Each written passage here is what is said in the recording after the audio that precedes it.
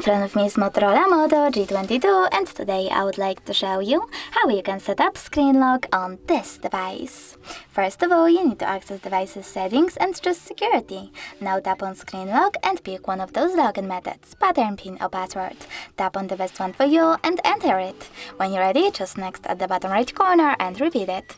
Following that, you need to select confirm at the bottom right corner as well and select one of those options for your notifications on your locked screen.